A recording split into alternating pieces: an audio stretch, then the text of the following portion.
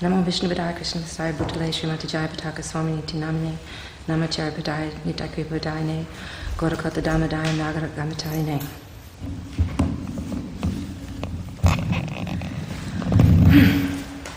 Well, a lot has been said. Yasya deve parabhaktir yata deve tata garau tasyayate katita hyata prakashante mahatmana. Only unto those great souls who simultaneously have implicit faith in both Guru and Krishna do all the purports of the Vedas become automatically revealed. When we have life, if we want to succeed, we have to have a game plan. We have to have a step-by-step decisions. Every day we have to decide, to get up and to do each thing, to keep our health and to keep our jobs, to keep our lives going. So we're always thinking through and making plans and lists. Well, in success classes, they'll always tell you, you set a goal, you set a long-term goal, short-term goal, and steps how to get there.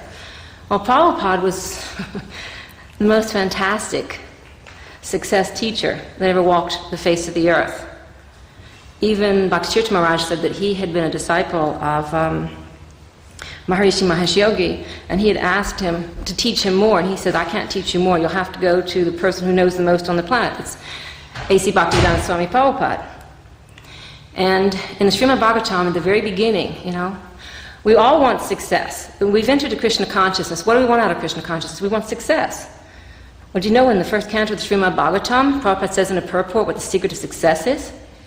Does anyone know what that purport says? It's to satisfy the spiritual master, to please him. In other words, when we come to a point that we realize that we're not qualified to see Krishna or to talk to him or to hear his voice. Some people will say, God told me to do this, and then they do the most outrageous things, but we're not in that position. So what happens? We have to have a transparent via medium, somebody who's gotten his false ego out of the way, or her false ego out of the way. When you meet a pure devotee who's surrendered to Krishna, they've kind of stepped aside, and they're allowing Krishna to talk through them. Krishna's love comes through them, and all the knowledge of the Vedas comes through them. So that's what transparent via medium is. A person who's pulled their false ego out of the way, and when they meet you, their only thought is that this person has been sent to me by Krishna. This person at this moment is the most important person. What can I do to help this person and put their hand back in the hand of Krishna? Because every single one of us at one time had a relationship with Krishna. We were living with him in the spiritual world, and we decided to turn away from him, and we got here. The spiritual master is saying, turn back around and put your hand back in. But that's a special qualification, transparent via medium. It's not just, something you can say, I'm going to step aside. That's the person who's surrendered.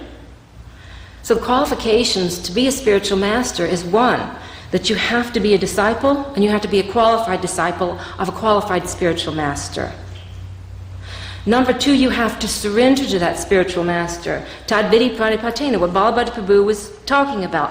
Approaching the spiritual master, inquiring from him submissively, and rendering service unto him. And Prabhupada said that's not blind faith. It's implicit faith and not blind faith. What's the difference? Blind faith is saying, tell me to go over a cliff, I will jump. One time one devotee said that in a Vyasa Puja offering, and Gurudev got really upset about it. In class he says, I've never asked you to go over a cliff. He never asked us to do anything that's going to break us. He said that the spiritual master sees the fire in the heart of the disciple. He sees this little flame of Krishna consciousness, and he fans it until it burns so bright it burns the contamination away. Excuse me, I'm getting excited. He's one of the most enthusiastic people we know. You can take a person that, like Balabhadra Prabhu said, that is just so burned out and ready to give up and so lackluster and just a failure. And he can see one little flame in there, and he grabs a hold of that flame, and he feeds it, and he tends it, and he fosters it until it burns bright, and that devotee can be one of the most... Kavi Chanda Maharaj once said, to honor him, he said, you can make devotees out of people no one else would see as a devotee. He says, you see him as a devotee. Because he is a visionary. It says we have to see with the eyes of the Vedas. That's another qualification of the spiritual master. He doesn't see male, female, black or white, young or old. He doesn't see murderer, criminal, nasty person, nice person. He sees pure spirit soul. He sees potential. When he first met us, one of the first things he did was asked us to do the audio ministry. And I'm telling you, I do not like technology. They called me Computer Rupa for a while, and I don't like computers. I don't like technology. I'd rather be out in nature and planting. I mean, I'm as far from that as you can get. And I struggled with that.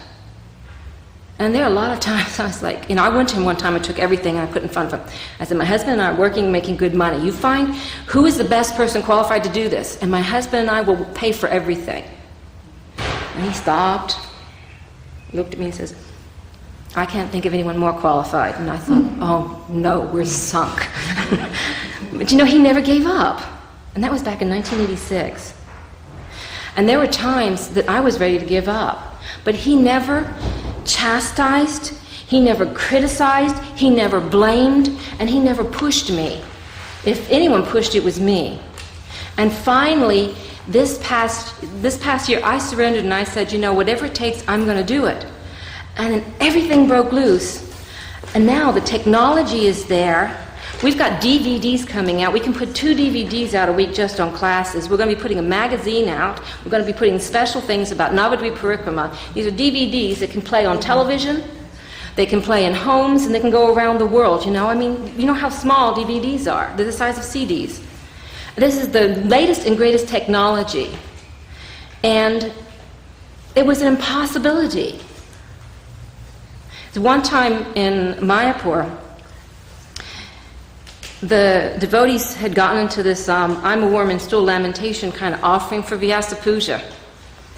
And it was getting kind of heavy. The air was getting thick with the worm and stool thing. And he even said in the class here one time for Vyasa Puja, he doesn't like those kind of offerings because it implies that he's not a good spiritual master. Because if you've been initiated for several years and you're still a worm and stool, that means he's failing. He wants to see us prosper. He wants to see us bloom. Stool is good when you fertilize the plant, but you're not supposed to live in it. Fertilize the plants and move on. This is his mood. And so, for some reason, I ended up being, it's like, this is all the men talking, and he called, and he said, Mother Caitanya Rupa, I want her. And he said, nobody else, call her. So I came up, and I started talking, and he wouldn't look at me, so I just prayed to him in my heart, and the next thing came out of my mouth, I couldn't believe it. And I started saying, if we are initiated, and we have faith in the spiritual master, and we have love for the spiritual master, anything is possible. The impossible becomes possible. It's love that does it, though. It's enthusiasm.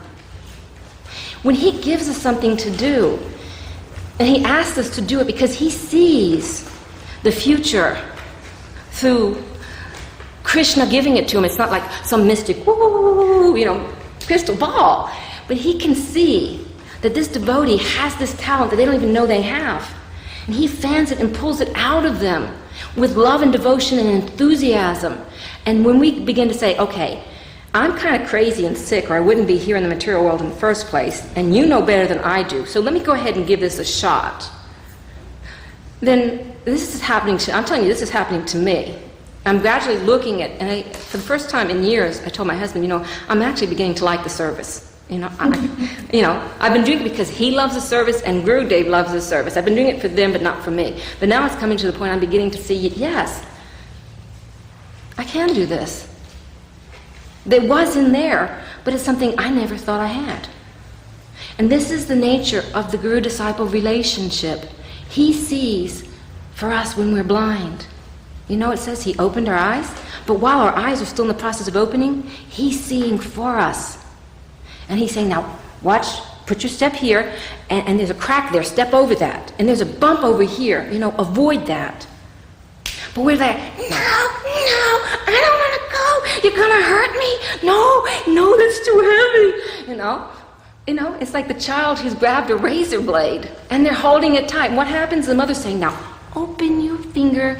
Come on, I'll give you some candy. Just open your finger. And it hurts, and the baby's going, ah, ah. And what happens when he goes, the hand goes, like that, tighter and tighter.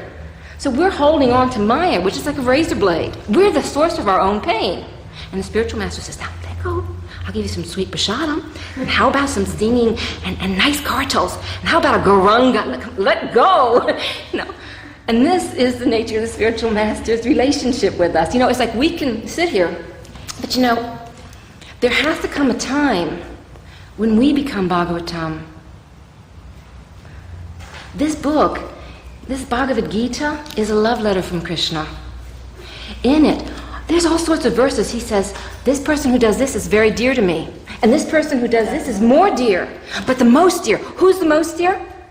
That person who preaches the Bhagavad Gita in the association of my devotee. That person is the most dear. There'll never be anyone more dear. Now, well, that puts Prabhupada in that association. That puts our spiritual master in association. And if it's as simple as preaching Bhagavad Gita to people who want to hear, okay, I want to be in that association. And that's how we become Bhagavatam. We become the living book. It doesn't sit on the pages anymore. But the only way it comes off of the pages is by the mercy of the spiritual master. By enthusiastically, with our full heart, trying to make him smile. It's as simple as that. When you love someone, you want to see them smile. The only reason I took, why I took this video thing on? Because in Mayapur, I said, I'm going to get a computer to do some service for you. What service do you want? He says, whatever, you just figure it out, right?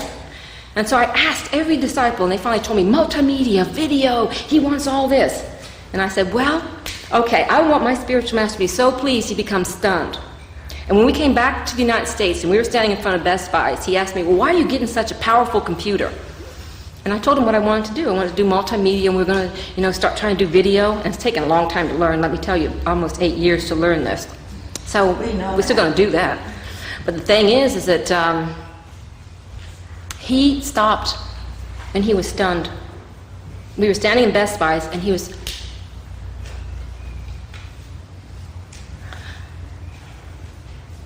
And he had a program in front of him, and he was like...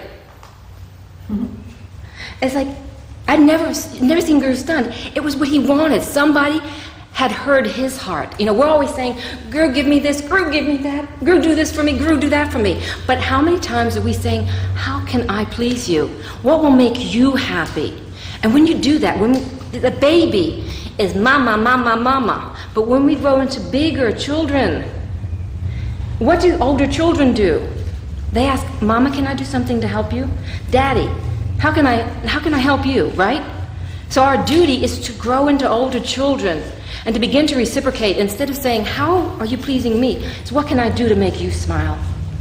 And the pure devotee, what makes him smile? Bringing other people to Krishna, helping other people to grow, nurturing other people, and raising our younger God brothers and God sisters and bringing new God brothers and God sisters. So the family grows. And I've been given the high sign, so I'll stop there. A little watch came up. All glories to one of the most enthusiastic people I've ever met. Gauranga!